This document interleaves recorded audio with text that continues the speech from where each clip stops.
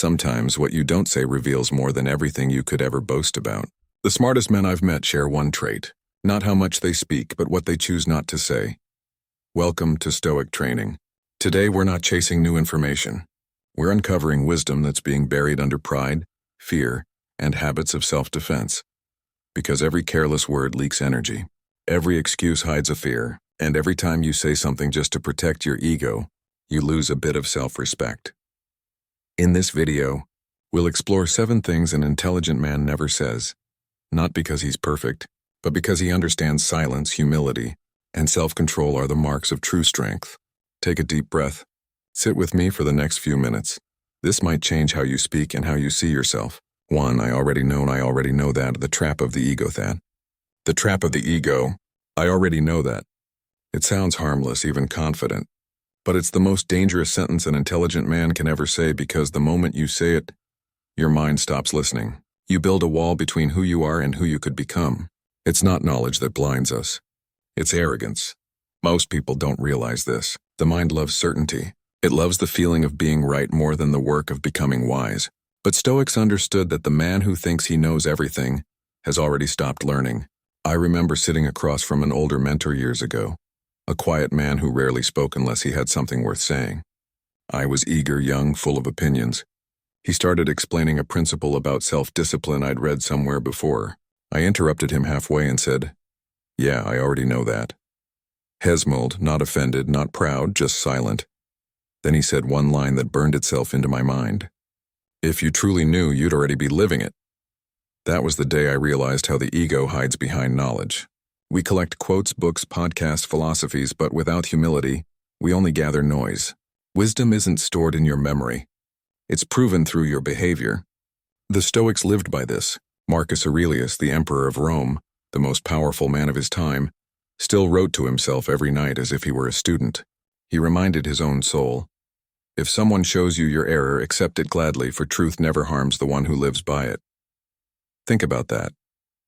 The emperor of an empire still sought correction, because to the Stoic mind, the purpose of life isn't to appear wise. It's to become wiser today than you were yesterday. Every time you say, "I already know that," what you really mean is, "I don't want to look foolish," but there's nothing foolish about being a student. The fool is the one who refuses to be one. The intelligent man listens twice before he speaks once. He doesn't pretend to know. He asks, he observes, he experiments. He knows that wisdom doesn't shout. It whispers in the quiet moments when your pride is silent. So the next time you hear an idea you've heard 100 times, don't dismiss it. Ask yourself, am I actually practicing this or just agreeing with it? Knowledge without embodiment is just entertainment. If you read about patience but still snap in traffic, you don't know patience. You've only memorized the word. If you quote Seneca on self-control but lose yourself to anger every week, you don't live Stoicism. You collect it like souvenirs. An intelligent man knows repetition is not boredom. It's mastery. The same truth revisited with a deeper mind becomes new again. So here's a small Stoic exercise for you. Next time someone offers advice, instead of saying, "I know," pause and breathe. Ask, "What can I still learn here?" Then listen, not to prove them wrong, but to refine your understanding. The ego resists this. It wants to be seen as the teacher, not the learner. But the wisest men are both. They speak from experience, not from pride. They correct others gently, but themselves ruthlessly. Seneca once wrote, "While we teach, we'll learn." Every conversation is an opportunity to become better, not to do what's impossible. The lie that protects fear dominate, but to grow. So stop collecting wisdom like trophies. Practice it. The man who truly knows doesn't need to announce it. He lives it, breathes it, becomes it. Remember this, you don't need to be the smartest voice in the room. You just need to be the most teachable. Because the moment you stop learning, your intelligence becomes your limitation. 2. It's impossible. The lie that protects your fear. It's impossible. 2 words that sound rational, but are often just fear wearing logic's mask. When a man says something is impossible, he's rarely describing the world. He's describing his limits. He's saying, "I don't want to face the discomfort required to make it possible." The Stoics understood this centuries ago. They knew the real prison isn't outside us. It's built in the mind. Seneca wrote, "It is not because things are difficult that we do not dare. It is because we do not dare that things are difficult." Let that sink in. We don't avoid challenges because they're hard. They stay hard because we keep avoiding them. I once worked with a man who dreamed of writing a book. Every year he'd say the same thing. I just don't have time. It's impossible with my schedule. One day I asked, how much time do you spend scrolling before bed? He looked down. About an hour. Then your book isn't impossible, I said. It's just inconvenient. We use impossible to make peace with our own procrastination. It gives us a way to feel wise while staying still. But nothing great was ever born from comfort. Marcus Aurelius faced plagues, betrayal, war. Yet every morning he reminded himself, you have power over your mind, not outside events. If a Roman emperor surrounded by chaos could still find peace and progress, what's really impossible for us? The truth is, most of what you call impossible is simply uncomfortable. You don't lack ability. You lack the willingness to be bad at something for a while. And that's what separates intelligent men from ordinary ones. The willingness to begin before they feel ready. When you label something impossible, your brain stops searching for solutions. But when you ask, what would make this possible? Suddenly doors appear where you only saw walls. Try this Stoic exercise. Think of one thing you've been calling impossible. Maybe it's fixing a broken relationship, starting a business, changing a habit. Now write down 3 questions. What's one small action I could take today? What belief makes me afraid to try? Who has done this before me and how? You'll notice something powerful. Most impossibilities dissolve when faced with concrete steps. The Stoics didn't wait for motivation. They acted their way into clarity. Epictetus taught his students to test their fears through small voluntary hardships. Skipping a meal, walking in the cold, speaking uncomfortable truths not to suffer but to prove the mind's power over circumstances. The modern world coddles us with comfort. We avoid discomfort like it's poison, but comfort is the real poison. Slow, quiet, and addictive. Growth, on the other hand, is forged in the furnace of difficulty. The Stoics called it training the mind through adversity. When you say it's impossible, you're closing the gym where your soul is supposed to train. Remember, every great life begins with an unreasonable decision. Climbing a mountain when no one believed it could be done. Starting over at 40, forgiving someone who doesn't deserve it. Choosing discipline when excuses sound easier. None of these things were ever truly impossible, just unpracticed. So the next time those words rise in your throat, pause. Replace "it's impossible" with "it's just not mastered yet." That shift changes everything. Because the intelligent man doesn't worship comfort. He worships progress. He understands that nothing new feels natural at first. He knows that every strong version of himself was once a beginner who refused to quit. Remember this, saying it's impossible is the ego's way of staying safe. Saying let's find a way is the Stoics' way of becoming strong. And the truth is, once you stop running from discomfort, almost nothing is truly impossible. 3. It's not my fault. The easiest way to stay. It's not my fault. The easiest way to stay weak. It's not my fault. A short sentence, but one that can quietly destroy your strength. Every time you say it, you hand your power to someone else. You declare that your peace, your progress, your life depends on another person's behavior. And that, my friend, is the most dangerous illusion a man can live under. Sure, sometimes life hits unfairly. People betray you. Circumstances change. But the Stoics had a brutal truth for moments like that. We suffer not from the things themselves, but from our judgment about them. Epictetus. That means responsibility isn't about blame. It's about control. Blame looks backward. Responsibility looks forward. Blame says, I'm helpless. Responsibility says I can still respond. I remember a friend who was fired from a company he helped build. He'd worked long nights, gave everything. Then one morning, the new management pushed him out. For months, he repeated the same line. They ruined my life. It's not my fault. He was right. It wasn't his fault. But while he stayed angry, they moved on. His bitterness became a prison. And he was the one guarding the door. Eventually, he started writing again. Small essays, quiet reflections, and he realized something. They took my job, not my voice. That's when he stopped blaming and started building. Because responsibility is not about guilt. It's about reclaiming authorship. Marcus Aurelius faced the same injustice. Betrayal from friends, corruption in his ranks, and death within his family. But in his journal he wrote, "You have power over your mind, not outside events. Realize this and you will find strength." He didn't waste a line blaming anyone. He focused on what was still his reason, his judgment, his next action. The Stoic man doesn't chase fairness. He chases virtue. He understands that control is never found in accusation, only in ownership. When you say, "It's not my fault," you protect your pride but poison your power. You build comfort out of resentment, but resentment is a poor shelter. It keeps you warm for a night, then rots your spirit from within. Try this Stoic reflection tonight. Take one situation you're angry about, maybe a betrayal, a loss, a delay. Ask yourself 3 questions. What part of this is truly beyond my control? What part can I influence? Even 1%? What can I learn that will make me unshakable next time? Then act on that 1%. That's all the Stoic ever needs. 1% within reach, practice daily. Because the world doesn't owe you fairness, but you owe yourself growth. Every time you take ownership, even unfairly, you evolve. And the man who keeps evolving eventually outgrows the ones who hurt him. Seneca wrote, "A gem cannot be polished without friction, nor a man perfected without trials." So stop waiting for an apology that may never come. Stop waiting for the world to make things right. Start making yourself right. The intelligent man understands this. Excuses keep you comfortable. Responsibility keeps you powerful. When you take ownership of your reactions, your choices, your habits, you become untouchable. No betrayal, no insult, no loss can break a man who says, "I am still in charge of how I rise." Remember this. The moment you stop saying, "It's not my fault," your life starts moving again. Because strength begins where blame ends, for I don't need anyone. The illusion of independence. I don't need anyone. The illusion of independence. I don't need anyone. It sounds strong, fearless, even admirable in a world obsessed with self-sufficiency. But look closer.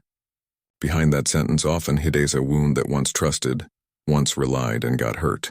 Many men say it not because they're powerful, but because they're protecting a scar. They mistake isolation for strength, silence for peace, and distance for control. But Stoicism never glorified loneliness. Marcus Aurelius wrote, "We are made for cooperation like hands or feet, like eyelids or the rows of upper and lower teeth. To act against one another is to act against nature." That line demolishes the myth of the lone wolf because wolves survive in packs. Soldiers fight in formation. Even philosophers needed dialogue to refine truth. The Stoics didn't avoid people. They trained themselves to love wisely. They sought friendship rooted in virtue, not convenience. They surrounded themselves with minds that challenged, not flattered. Let me tell you a story. A man once told me he was done with relationships. "People disappoint me." He said, "I'm better off alone." He spent years in solitude. No conflict, no betrayal, and no growth. One day he admitted quietly, "Peace is easy when noon can test your patience. But it's also meaningless, because virtue doesn't grow in isolation. Patience, empathy, courage, all of them require other people to exist. You can't practice forgiveness in an empty room. You can't learn compassion staring at a wall. Stoicism teaches the goal is not detachment from people, but detachment within relationships. You stay calm when others lose temper. You keep dignity when others gossip. You give kindness without needing it back. That's real strength. Not withdrawal, but mastery. So, if you've been carrying the armor of "I don't need anyone," ask yourself, am I protecting my peace or avoiding intimacy? Am I calm or just numb? The intelligent man learns to open the door again carefully, not naively. He chooses allies, not audiences. He knows solitude is sacred for reflection, but connection is necessary for evolution. Seneca wrote letters to his friend Lucilius until the day he died, not to lecture, but to share his daily struggles. He knew wisdom grows in dialogue. He once said, "When we teach, we learn," meaning the act of helping another is itself a lesson in humility. Try this Stoic practice tonight. Make a list of 3 people who elevate your standards, not comfort your ego. Send one of them a message of gratitude or curiosity. No small talk, no flattery, just honesty. "I respect how you live. Can we exchange ideas sometime?" You'll notice something powerful. Connection built on respect strengthens discipline. It sharpens your thoughts. It mirrors your blind spots because strength isn't found in isolation. It's found in interdependence with boundaries. You give, but you don't bleed out.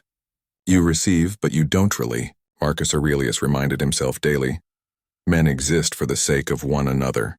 Teach them or bear with them. That's not weakness. It's wisdom. The man who says, "I don't need anyone," closes his world to pain. Yes, but also to meaning. And meaning is what keeps us human. So remember this. You don't have to need everyone, but you do need someone. Not to save you, but to sharpen you. Not to complete you, but to reflect the man you're still becoming. Because the Stoic doesn't hide from connection. He simply refuses to let it control him. True strength is not isolation. It's the calm ability to stand with others without losing yourself. I'm too old for that. The excuse that kills five, I'm too old for that. The excuse that kills growth. I'm too old for that.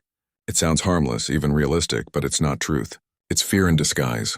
The Stoics would tell you, you're not too old, you're simply too comfortable. Age doesn't close doors. Attitude does. Seneca wrote, as long as you live, keep learning how to live. Think about that. The man who spent his life advising emperors still saw himself as a student until his final breath. Yet today so many men surrender early. They stop chasing new skills, stop taking chances, stop letting curiosity lead them. They trade adventure for familiarity and call it wisdom. But what it really is quiet resignation. I once met a man in his 60s who said he'd always wanted to learn to play the piano. But what's the point now? He told me I'd never be great at it. I asked him, so you'd rather die without the music than live imperfectly with it? He looked away and laughed. But that night he went home and practiced for 15 minutes. A year later he played for his granddaughter's birthday. He wasn't great. He was alive. The Stoics never measured worth by age, only by effort. Cato the Younger began studying philosophy at an age when most men were chasing comfort. Marcus Aurelius kept journaling until his last days, not to prove wisdom but to practice it, because learning to them was not a phase. It was a virtue. The truth is, when you say, I'm too old, what you mean is, I'm afraid to look foolish again. But the intelligent man understands. Humility is the price of progress. You cannot grow if you refuse to be a beginner. Society glorifies youth as if energy only belongs to the young. But Stoicism reminds us discipline outlasts youth. A clear mind, a steady heart, and a sense of purpose will outrun any 20-year-old lost in distraction. Let's be honest, you may not move as fast as before, but you can move wiser. You can learn better because you now understand patience. You can love deeper because you've known loss. You can create stronger because you finally care less about applause. Try this Stoic reflection tonight. Think of one thing you've been saying, I'm too old for. Maybe it's changing your career, traveling solo, starting therapy, or learning a skill. Now write this sentence. If I start today, what will my future self thank me for in 1 year? That's the only timeline that matters. Not the one you've wasted, but the one you still own. Epictetus said, no man is free unless he masters himself. Mastery doesn't care about age. It only cares about willingness.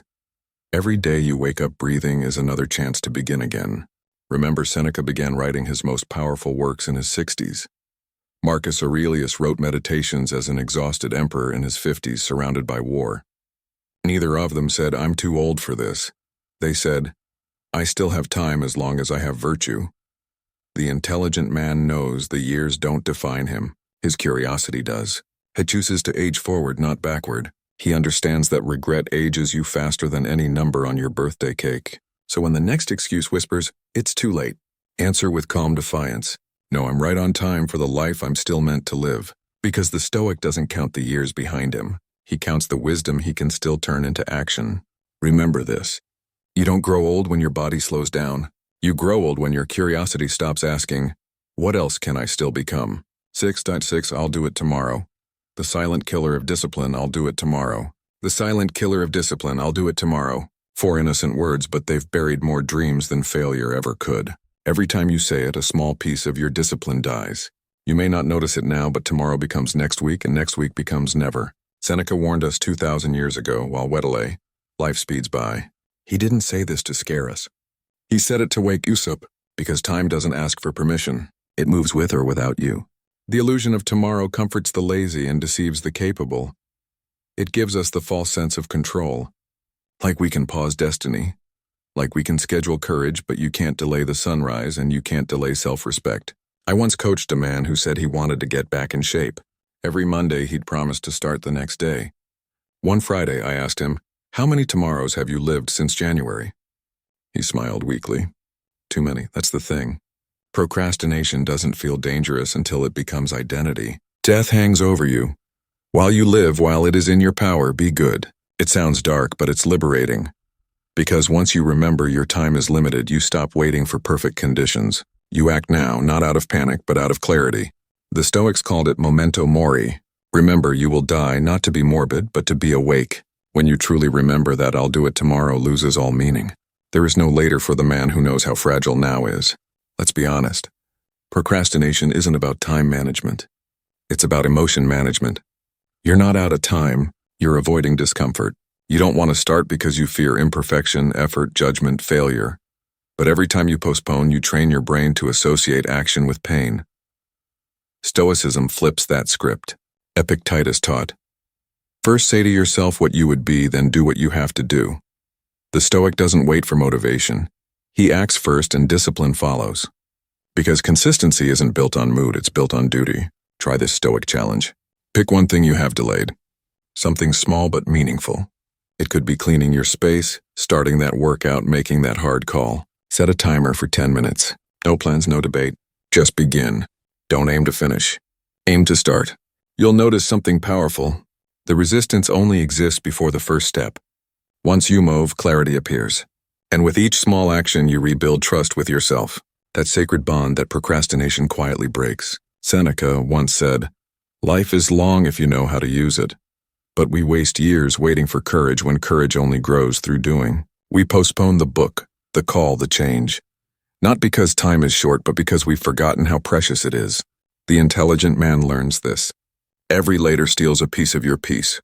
Every tomorrow taxes your future self. And every unfulfilled promise becomes a quiet form of self-betrayal. Stop telling yourself you'll do it tomorrow. Tomorrow is not guaranteed. The only time discipline exists is now. In this breath, in this decision, in this next small act. Because the Stoic understands a wasted day is not one where you fail. It's one where you never began. Remember this. "I'll do it tomorrow" is the slowest form of surrender. Do it today, even badly. Because imperfect action today will always beat perfect intentions tomorrow. 7. That's just who I am. The 7. That's just who I am. The surrender of the mind, surrender of the mind. That's just who I am. It sounds honest, but most of the time it's not truth. It's surrender. Those 5 words have ended more growth, more healing, more redemption stories than failure ever could. Because when you say them, you stop writing your story and start rereading your excuses. The Stoics would tell you nothing about your character is fixed except the choices you refuse to question. Epictetus taught, "You are not what happens to you, but how you choose to respond." That means your identity is not a prison. It's a pattern, and patterns can be rewritten. I once knew a man who always lost his temper. Every argument, every minor mistake, he'd explode, then justify it. That's just who I am. I've always been like this.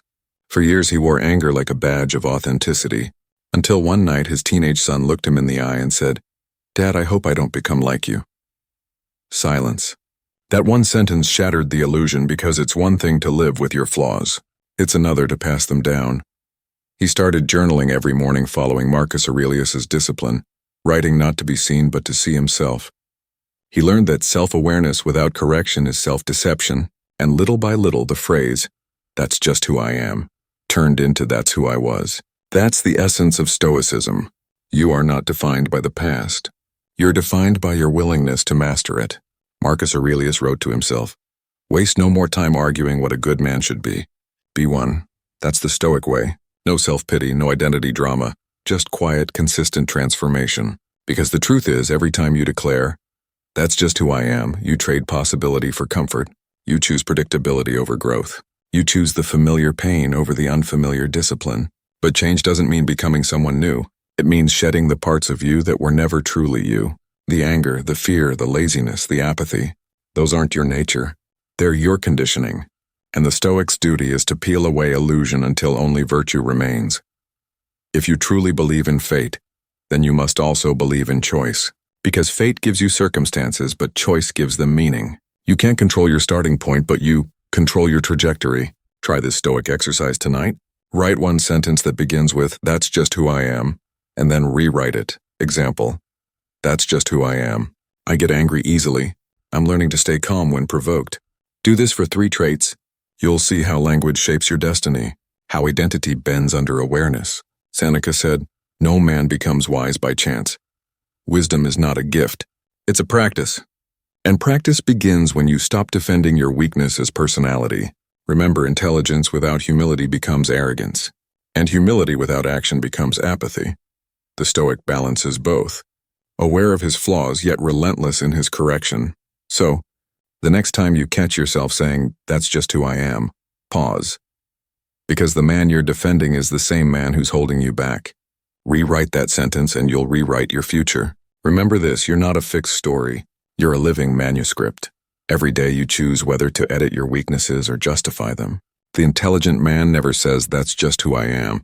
He says, "That's who I'm becoming." The measure of an intelligent man. The intelligent man isn't the loudest in out row the room. He's the calmest. Not because he knows everything, but because he no longer needs to prove anything. He has learned that real wisdom lives in silence, humility, and self-control, that words can build or break. And every careless sentence costs a piece of peace. He doesn't say, "I already know," he listens. He doesn't say, "It's impossible," he tries. He doesn't say, "It's not my fault," he takes responsibility. He doesn't say, "I don't need anyone." He chooses connection. He doesn't say, "I'm too old," he keeps learning. He doesn't say, "I'll do it tomorrow." He acts today and he never says, "That's just who I am." He becomes better daily because the Stoic man understands intelligence is not knowledge. It's mastery of the self. If this message reached you, don't just agree, apply it. Comment one sentence you'll remove from your vocabulary and subscribe to walk this Stoic path with us. Be calm, be teachable. Stay Stoic, stay blessed.